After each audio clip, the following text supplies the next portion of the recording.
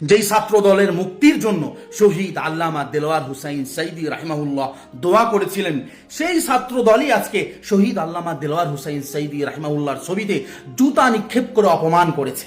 কে এই যুবকেরা যারা আল্লামা দেলোয়ার হোসেন সাইদি রহিমাহুল্লাহ, তার যাকে কোরআনের পাখি বলানো হয়, এই মানুষটার ছবির মধ্যে জুতা নিক্ষেপ করলো? আল্লামা দেলোয়ার হোসেন সাইদির প্রতিকৃতির উপরে জুতা দিয়ে আঘাত করা হয়েছে, তখন হৃদয় চুরমার হয়ে গেছে। বন্ধুরা, যারা শহীদ আলেমদের উপরে জুতা নিক্ষেপ করলো তাদের ছবির উপরে, পরকালিকে আল্লাহ তাদের কোনো শাস্তি দেবেন না?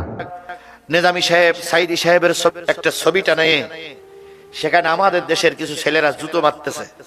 আমি তো মনে করি কোরআনের পাখি মুফাসসির কোরআন আল্লামা দেলোয়ার হোসেন সাইদি রাহমাতুল্লাহ আলাইহি, তিনি যদি আজ জীবিত থাকতেন, কোরআনের পাখিরা সারা জীবন এই দোয়া ছিল, এজন্য আল্লাহ কবুল করে নিয়েছে।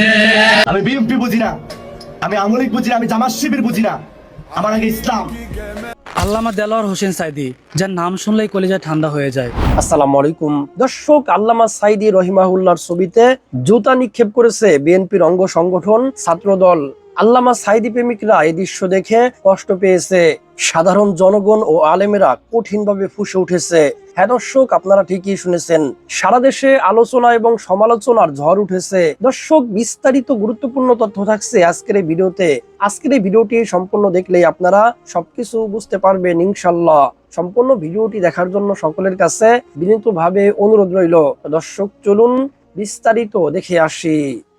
শহীদ আল্লামা দেলোয়ার হুসাইন সাইদি রাহিমাহুল্লাহ দোয়া করেছিলেন, সেই ছাত্র দলই আজকে শহীদ আল্লামা দেলোয়ার হুসাইন সাইদি রাহিমাহুল্লাহর ছবিতে জুতা নিক্ষেপ করে অপমান করেছে।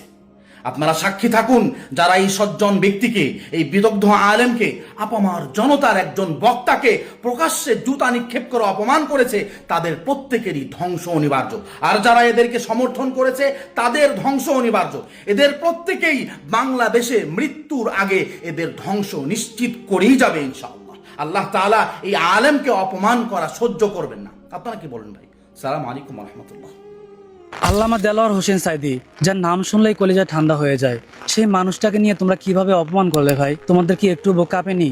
যে মানুষটা সারা জীবন ইসলামের জন্য কাজ করে গেল, যে মানুষটা হাজারো মানুষের আইকন, যে মানুষটা হচ্ছে হাজারো মুসলিমের আদর্শ, কিভাবে পারলে ভাই? তোমাদের কি একটু মন কাঁদেনি? যে মানুষটাকে বাংলাদেশ সহ সারা বিশ্বের মানুষ নিঃস্বার্থভাবে ভালোবাসে, সে আল্লামা দেলোয়ার হোসেন সাইদিকে নিয়ে তোমাদের এভাবে অপমান করাটা আদৌ কি ঠিক হয়েছে?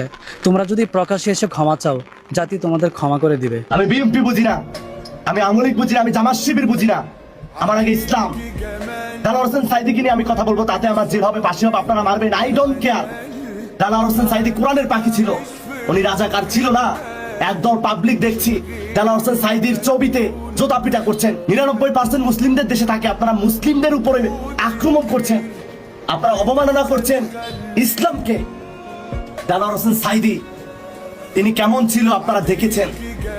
তিনি 50 বছর কোরআনের মাহফিল করেছেন, আর আজকে আপনারা তার ছবিতে জুতা মারছেন, জুতা পিটা করছেন। আমি ইসলাম নিয়ে কথা বলবো, আমার আগে ইসলাম, পরে দল। আমি আওয়ামী লীগ করি, করতে পারেন। আমি বিএনপি করি, করতে পারেন। আমি জামাত শিবির করি, করতে পারেন। তার সাথে ইসলামকে আপনারা মিলাবেন না।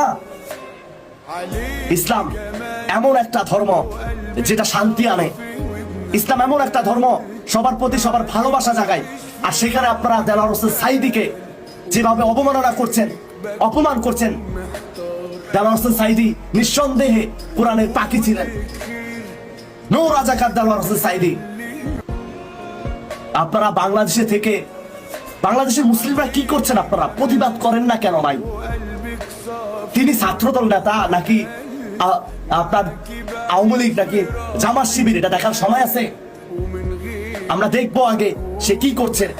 সে দেলোয়ার হোসেন সাইদির ছবিতে জোতা মারছে, দেলোয়ার হোসেন সাইদির ছবি ব্যানার লাগিয়ে সেখানে কত অপমান করা হচ্ছে। আপনারা কি দেখছেন? আপনাদের কি চোখ নাই? আজকে একদল পাবলিক এসে আমাকে কমেন্ট করবে, বেটা তুই তো বড় রাজাকার, ইসলামকে নিয়ে যদি কথা বলা তো আমার রাজাকার হতে হয়। আই ডোন্ট কেয়ার, তাই আমি রাজাকার। হ্যাঁ আমি রাজাকার, ইসলামকে নিয়ে কথা বলার জন্য যদি রাজাকার হয়ে যায় আমি রাজাকার, কিন্তু এক বিন্দু ছাড় দিয়ে কথা বলবো না আমি। ইসলামকে যারা অপমান করবেন তাদের বিরুদ্ধে সব সময় কথা বলে যাব, প্রতিবাদ করে যাব, তাতে আমার যে হবে পাশে হবে। প্রথমেই বললাম আই ডোন্ট কেয়ার। হাসতে হাসতে জেলে যাব, হাসতে হাসতে আপনাদের মার খাবো ইসলামের জন্য।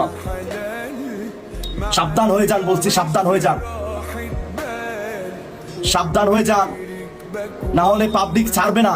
এটা 99% মুসলিমদের দেশ, এখানে জালিয়াতি চলে না। ইসলামের অবমাননা করবেন আর শান্তিতে রাস্তায় হাঁটবেন, সেই দিন এখন আর নাই ইনশাল্লাহ। যে কোরআনের পাখি দেলোয়ার হোসেন সাঈদীর গালে জুতা পিটা করছেন ব্যানারে ছবি দিয়ে, তার বিচার হবে এই বাংলার মাটিতে, বিচার হবে ইনশাল্লাহ।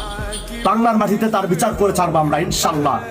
আল্লামা দেলোয়ার হোসেন সাঈদীর প্রতিকৃতির উপরে জুতা দিয়ে আঘাত করা হয়েছে, তখন হৃদয় চুরমার হয়ে গেছে। বন্ধুরা, মাননীয় প্রধানমন্ত্রী, আপনাদের সাথে জামাত ইসলামের রাজনৈতিক সম্পর্ক ভুলে যাবেন না।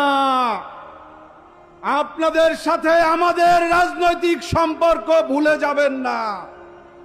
1991 সালে ক্ষমতা দেখতে পেয়েছিলেন এই জামাত ইসলামীর কারণে। 2001 সালে ক্ষমতায় গিয়েছিলেন নিরঙ্কুশ ভাবে এই জামাত ইসলামীর কারণে। 2024 সালে 2024 সালে গণ অভ্যুত্থান হয়েছে। 31 তারিখে জামাত শিবিরকে নিষিদ্ধ করার পরে এদেশের সর্বস্তরের জনগণ রাজপথে নেমে গণ অভ্যুত্থান করেছে। তার কারণে আপনারা আজকে ক্ষমতায় এসেছেন। কার উসিলায় সিন্নি খাইলি মোল্লা চিনলি না। এই বিএনপির ইতিহাস হচ্ছে আওয়ামী লীগকে পুনর্বাসন করার। শহীদ রাষ্ট্রপতি জিয়াউর রহমানের প্রতি শ্রদ্ধা রেখে বলছি, জিয়াউর রহমানের জীবনে একটি ভুল ছিল, তা ছিল শেখ হাসিনাকে বাংলাদেশে নিয়ে আসা, যার কারণে 23 দিনের মাথায় জিয়াউর রহমানকে জীবন দিয়ে তার প্রতিদান দিতে হয়েছে। বন্ধুরা, আজকে দেখছি ছাত্রলীগের মুখোশ ছাত্রদলের উপরে এসে ভর করেছে। এই ছাত্রদল 1991 সালে ক্ষমতায় আসার পরে সারা বাংলাদেশে ছাত্র শিবিরের সবচেয়ে বেশি নেতা কর্মীদেরকে তারা হত্যা করেছে। বন্ধুরা, ইতিহাস ভুলে গেলে চলবে না। দীর্ঘ 17 বছরের আন্দোলন সংগ্রামের ধারাবাহিকতায় বিপ্লব এসেছে, কিন্তু এই বিপ্লব, এই গণ অভ্যুত্থান এখনো শেষ হয় নাই। যতদিনে বাংলাদেশে ইনসাফ কায়েম না হবে, চাঁদাবাজদের কবর রচনা না হবে, দখলবাজদের কবর রচনা না হবে, ততক্ষণ পর্যন্ত জুলাই অভ্যুত্থানের চেতনা বাস্তবায়ন হবে না। নাসরুম মিনাল্লাহ ফাতরুম কারিব। আল্লাহ হাফেজ।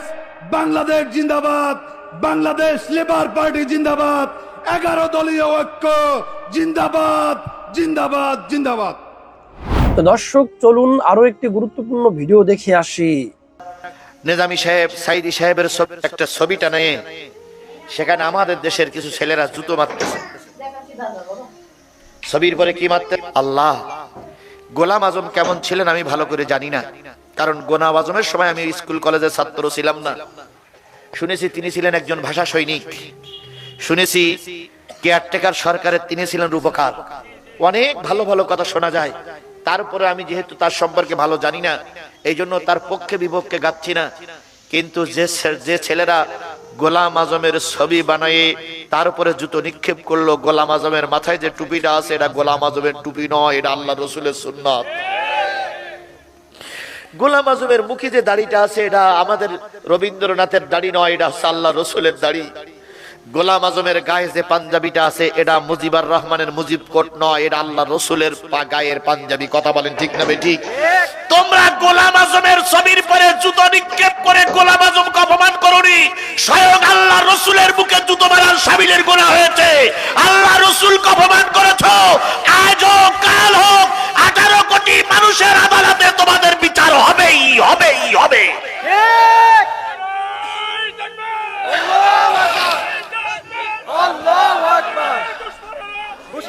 ও ভাই, এই বিচার করতে গেলে কোরআনওয়ালাদেরকে কাঙ্ক্ষিত জায়গায় নিয়ে যাওয়া লাগবে।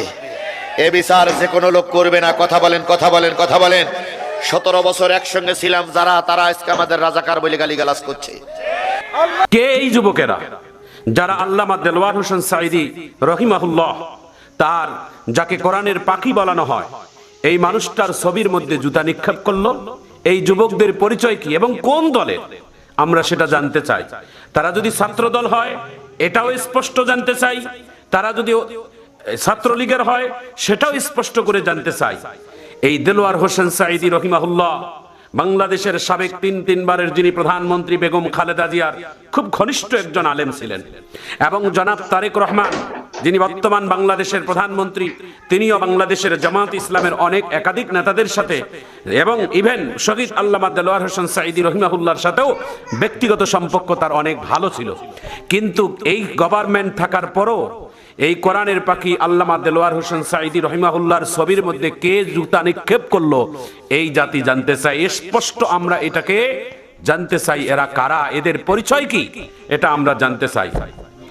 প্রিয় বন্ধুরা আমার, রাজনীতিতে রাজনীতির জবাব দিতে হয়। তাই বলি এই ঘৃণিত রাজনীতি আমরা আর দেশের মাটিতে দেখতে চাই না। আমরা ইতিপূর্বে ওলামায়ে কেরামদের উপর যারা অবিচার করেছে, আল্লাহ তাদেরকে বিচার দেখিয়ে দিয়েছেন। জাতির শ্রেষ্ঠ সন্তান এদেশের ওলামায়ে কেরাম। কোরআনে আল্লাহ তাআলা রাসূল করিম সাল্লাল্লাহু আলাইহি ওয়াসাল্লাম বলেন, খায়রুকুম মান তাআল্লামাল কুরআন ওয়া আল্লামা, যে কোরআন শিক্ষা করে এবং অপরকে শিক্ষা দেয়, আল্লাহর জমিনে, আল্লাহর দুনিয়ায় সবথেকে শ্রেষ্ঠ মানুষ তারা যারা কোরআনের শিক্ষা করে মানুষকে কোরআনের শিক্ষা দেয়। বাংলাদেশের হাজারো আলেমের ওস্তাদ, বাংলাদেশের সকল ইসলামিক স্কলারদের অন্যতম স্কলার এবং সারা বিশ্বের যিনি কোরআনের তাফসীর কারক, দেশ বরণ্য মুফাসসির, গোটা বিশ্বের একজন আলোড়ন সৃষ্টিকারী শহীদ আল্লামা দেলোয়ার হোসেন সাঈদী রহিমাহুল্লাহ ছবির মধ্যে জুতা নিক্ষেপ করে বাংলাদেশের 18 কোটি মানুষের হৃদয়ের মধ্যে আঘাত করেছেন। আমরা এটা বিচার ঠিক চাই এবং তাদেরকে বিচারের আওতায় এনে তাদেরকে সঠিক বিচার করা হোক, এটা বাংলাদেশের মুসলমান এবং ওলামায়ে কেরামের দাবি। প্রিয় বন্ধুরা আমার, জামাত ইসলাম আমরা বলি না যে তারা দুধে ধোয়া, আওয়ামী লীগ দুধে ধোয়া, বিএনপি দুধে ধোয়া, সকল দলের মধ্যে কিছু না কিছু ভালো মন্দ লোক থাকেই। তার মধ্যে যে দলকে বিকৃতি করতে হবে, দলকে এভাবে গালিগালাজ করতে হবে এমনটা নয়। দলের মধ্যে ভালো মন্দ সবাই থাকে, সব দলের মধ্যেই ভালো মন্দ লোক থাকে। প্রিয় বন্ধুরা আমার, একটি কথা স্পষ্ট জানিয়ে দিতে চাই, যারা এরকম ওলামায়ে কেরামদের শানে বেয়াদবি করে তাদের জন্মের ভিতরে ভেজাল আছে। কারণ আমাদের শ্রেষ্ঠ ইমামে আজম আবু হানিফা রহমতুল্লাহ আলাইহির একটা ছোট্ট ঘটনা আমার স্পষ্ট খেয়াল পড়ে গেল।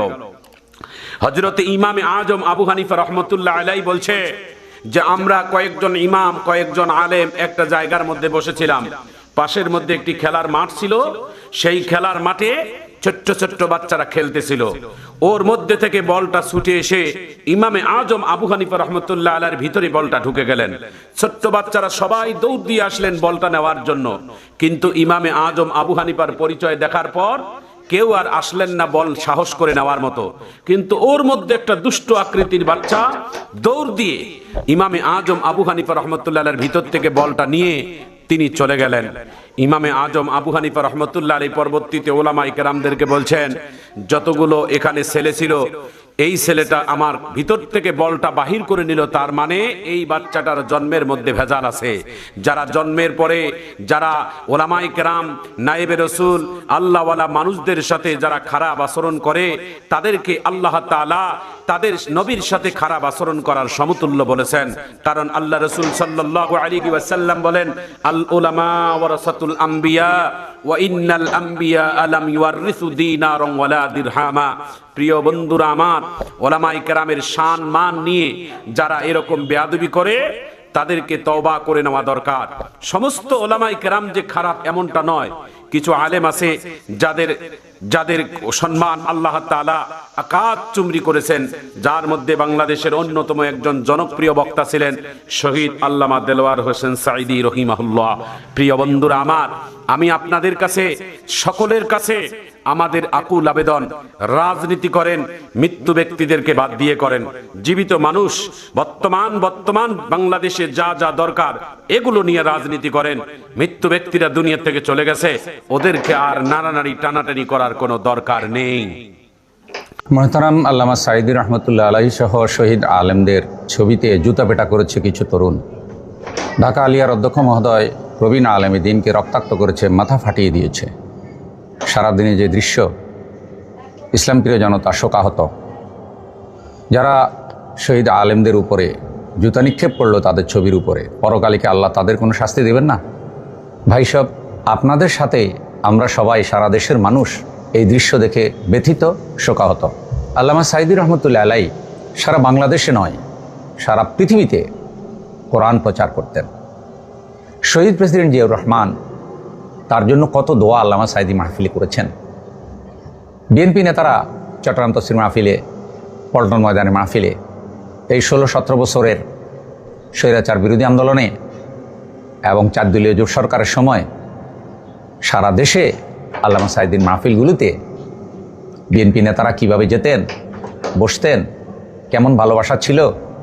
আল্লামা সাঈদী রহমতুল্লাহ আলাইহি, নিজামী রহমতুল্লাহ আলাইহিকে মরহুম 3 বারের প্রধানমন্ত্রী বেগম খালেদা জিয়া, আল্লাহ তাকে ক্ষমা করুন, কি পরিমাণ সম্মান করতেন। এবং এই যে আন্দোলনগুলো হয়েছে, এই আন্দোলনগুলোতে এই শহীদ নেতারা কিভাবে নেতৃত্ব দিয়েছেন, কিছু পত্রপত্রিকার রিপোর্ট এখনও সাক্ষী। প্রথম আলো রিপোর্ট করেছে আন্দোলনটাকে খালেদা জিয়া, বাস্তবায়ন করে জামাত শিবির। আর জামাত শিবিরের লোকদেরকে পরিচালনা করেছিল আল্লামা সাঈদী, নিজামী, শহীদ রহমতুল্লাহ আলাইহিরা। হাজার হাজার মানুষের জীবন, সংগ্রাম, লড়াই, একটি স্বৈরাচারী সরকারের পতন, এরপরে একটা ইন্টারিম সরকার, তারপরে নির্বাচন, তারপরে যারা ক্ষমতায় আসলো তারাই কয়েক মাস কি করেছেন, কি করছেন এবং সামনে কি করতে পারেন মানুষের কাছে কিছুটা পরিষ্কার। দেশবাসী খুবই হতাশ। বারবার বলা হয়েছিল নির্বাচন হলে পরিবেশ ঠিক হয়ে যাবে, তাড়াতাড়ি জাতীয় নির্বাচন দরকার। আমি তো মনে করি কোরআনের পাখি মুফাসসিরে কোরআন আল্লামা দেলোয়ার হোসেন সাঈদী রহমতুল্লাহ আলাইহি, তিনি যদি আজ জীবিত থাকতেন, এমনকি নির্বাচনের আগেও তিনি যদি প্রত্যেকটা বিভাগে জাস্ট একটা কদমও রাখতেন, জাস্ট একটা কদম, তাহলে এক একটা প্রোগ্রামে কি পরিমাণ লক্ষ লক্ষ লোকের সমাবেশ, না গেলে ঢেউ হতো, ঢেউ, এই পরিমাণ মানুষের আগমন ঘটতো।